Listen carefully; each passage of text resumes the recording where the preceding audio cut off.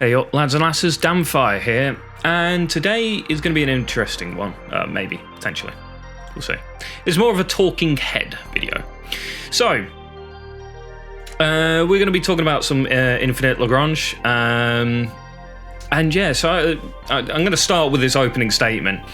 I don't think the game is complete, and the reason for that is, well, partially some of the balance changes that they've implemented, and some other bits and pieces as well.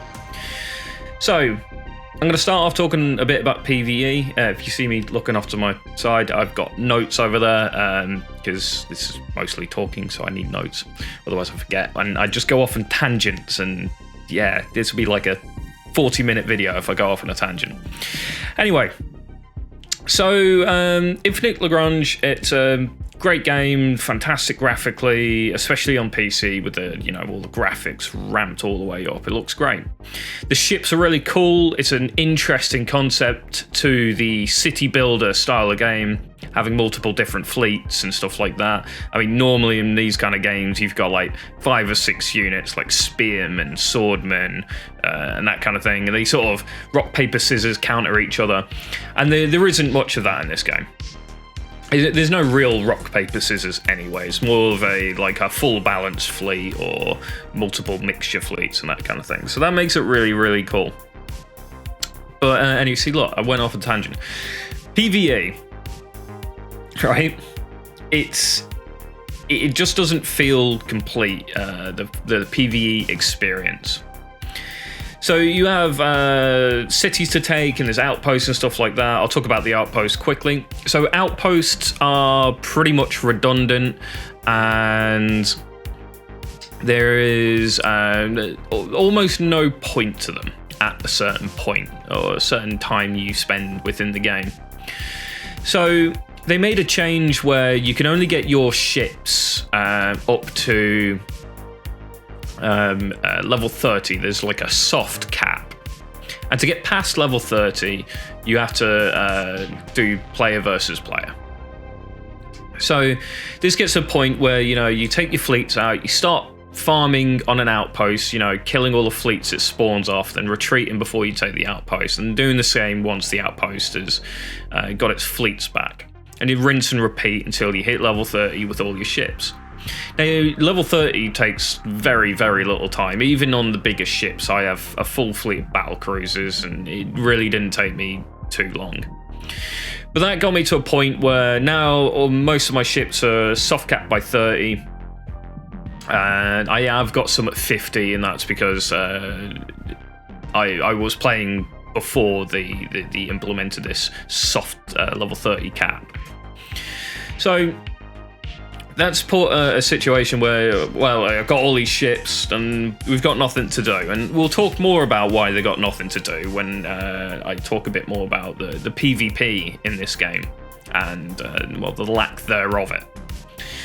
Cities, also, they were quite cool, and they're part of the occupancy win condition on the server. So if you get the percentage occupation, you win the server. Now, it's all good and well, but what they did is they because people were able to do this so rapidly, they could get this occupancy and win a server, and that's the server done. It's, you know, you're not going to play on a server that's already had the victory conditions completed. I think maybe some people will. I don't know. Either way. So what they did is they changed the fleets in the cities to the harder, which is a great change. That's a really, really good change. I completely 100% agree with that. But what they also did was increase the build times on all your buildings and that kind of thing. Now, what this ends up doing is, yeah, it fixed their issue. It fixed the issue of people finishing servers too quickly.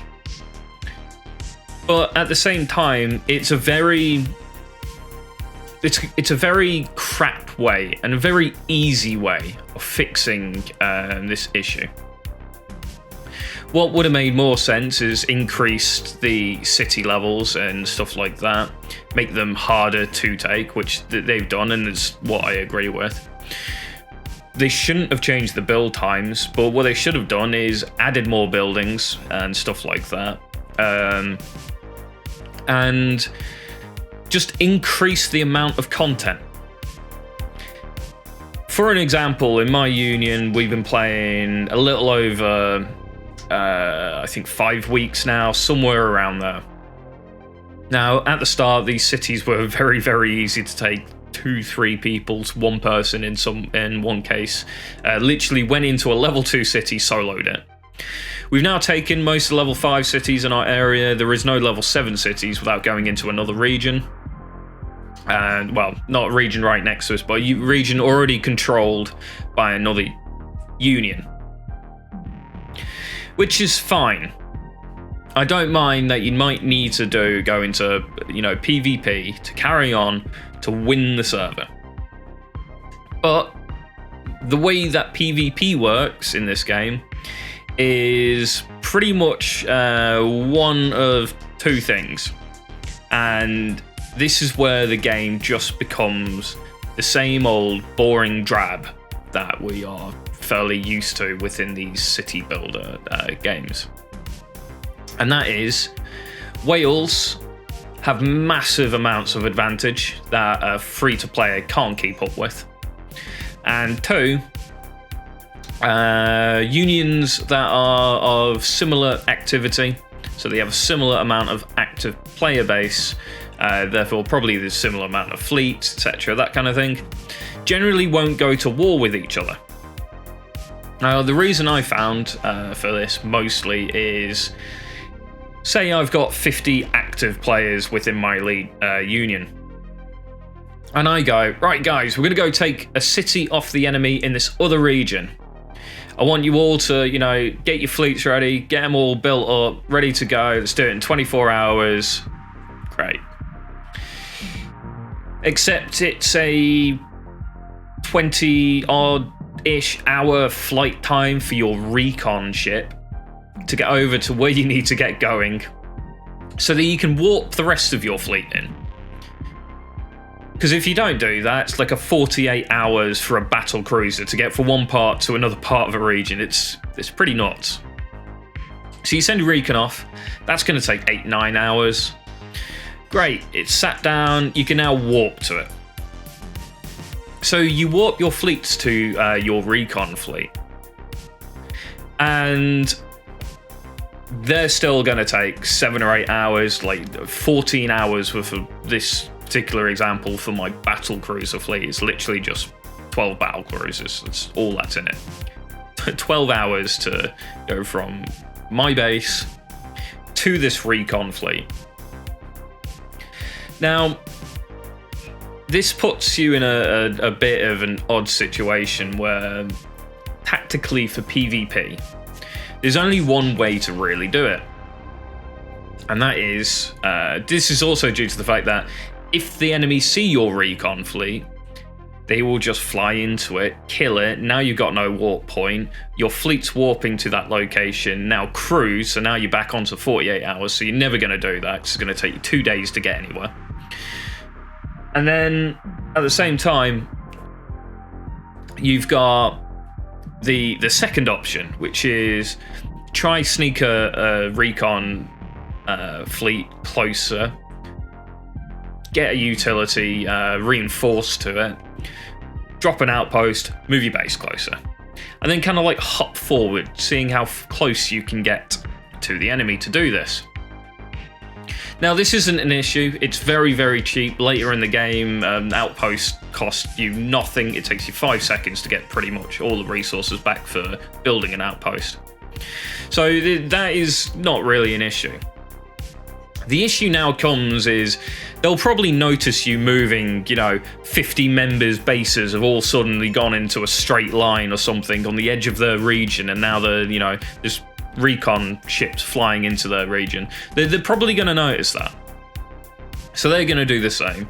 And it leaves you in a position where you've got this nice rows of unions just sort of sat there looking at each other, staring. because no one wants to attack first, and the reason for this is pretty much I'd probably say it's the build repair times.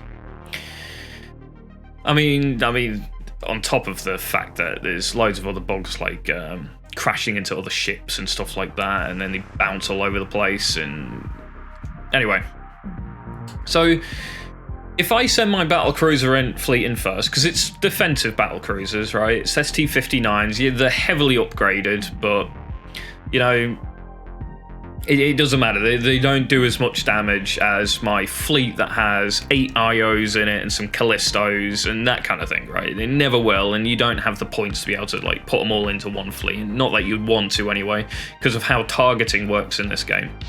So it's better to send your battlecruiser fleet in.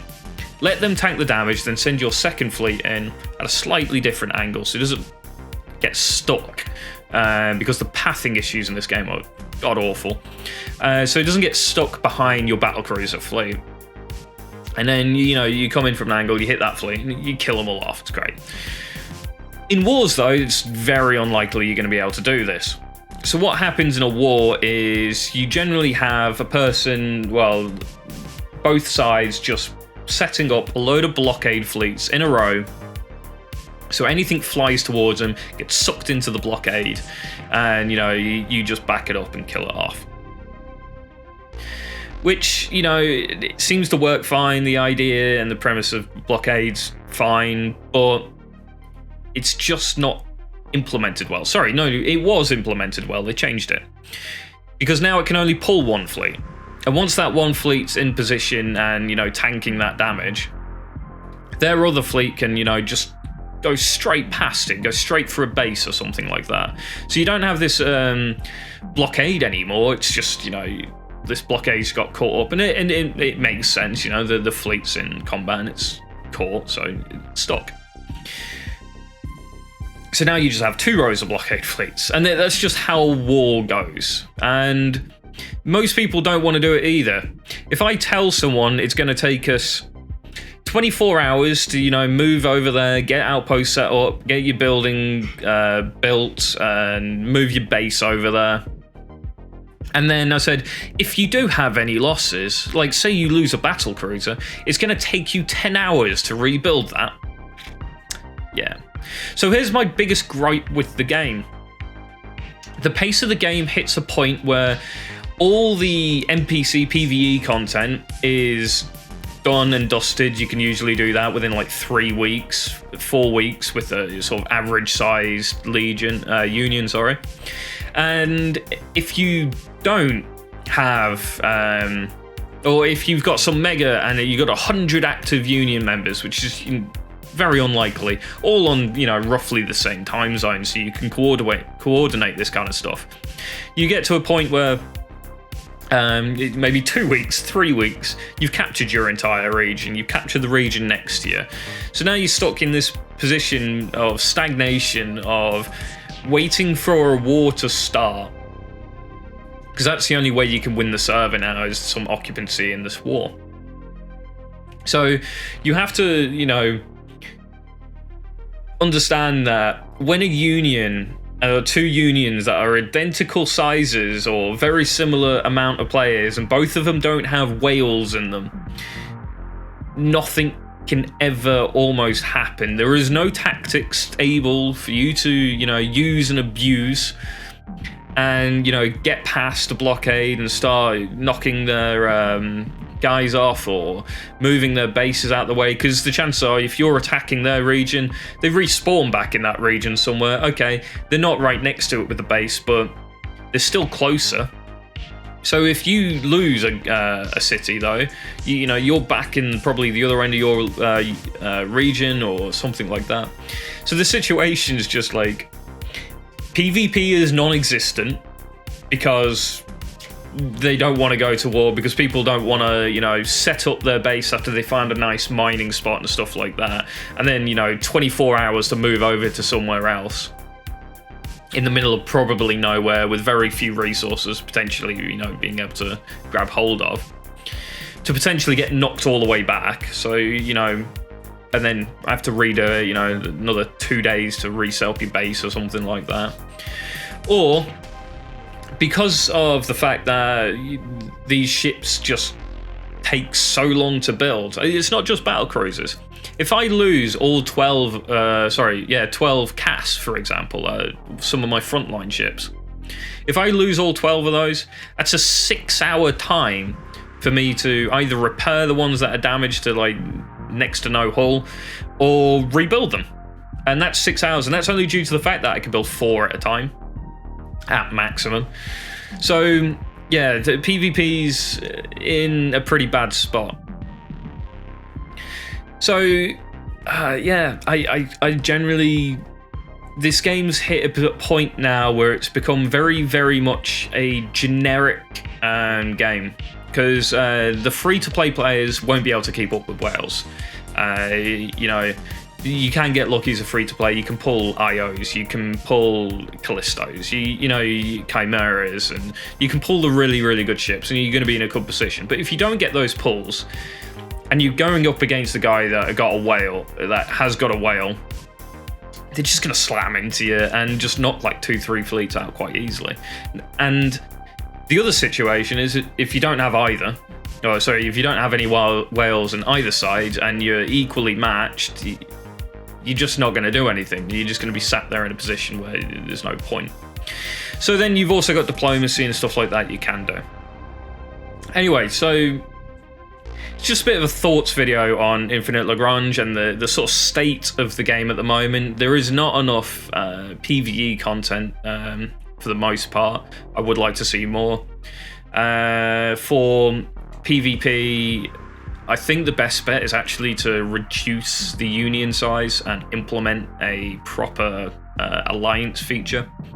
I don't know what they plan on doing that. But yeah, so the balance changes they've made so far, they've made it worse to PvP because blockades don't work the way they used to. Now they pull only one fleet and not multiple.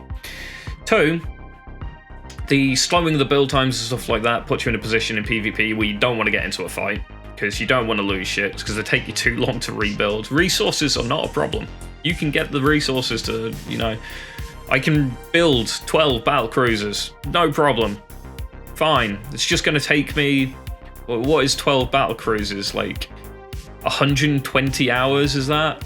If you don't have the battle cruiser dockyard like fully built, it's 120 hours or 60 hours just for 6, just for the SD59 that you get at the end of the Dawn funding scheme. So yeah, it's not in a good position because you just don't want to use some of these ships, and that's partly the point of, you know, building ships, is to use them. Anyway, I'm rambling. Alright, so this is just a quick thoughts on Infinite Lagrange. I think it's become pretty much a generic city builder, and I can no longer recommend it to people at the moment. I mean, it's a shame as well because the graphics are fantastic and stuff like that, but it's in a situation where there is no content after 2-3 weeks of gameplay, and PvP is in a situation where it's massive alliances teaming up against one union, or a union just full of whales just goes at someone. So there is no sort of balance or anything there, or anything like that. But yeah, anyway. Alright, I hope you've enjoyed the video. I have got an idea for doing some balance change videos for this game, where maybe we ask what the community thinks, what they want. So do drop comments below on balance changes you think that might fix this stuff, and content that could be added that could be interesting and keep the longevity of the PvE side of the game going. And I am in talks with the devs, so any of these questions and stuff that you guys want answered, drop them down below. I will do my best to get them over to the devs and try and get some replies back for you.